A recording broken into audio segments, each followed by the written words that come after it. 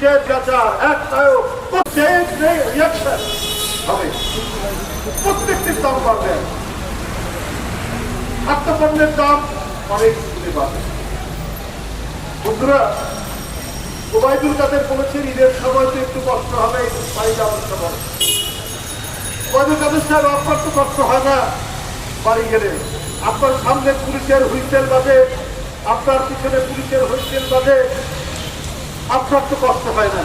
কিন্তু আপনি সাধারণ যারা যাত্রী, যারা বছর অন্তে একবার পিতা বাবার সাথে আপনজনের সাথে ঈদ করার জন্য এই প্রধান উৎসব বাংলাদেশে কত কষ্ট করে তারা যায়, এটার কি হিসাব রাখেন ওবায়দুল কাদের সাহেব?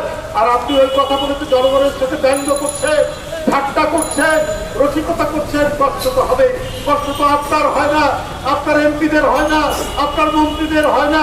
কারণ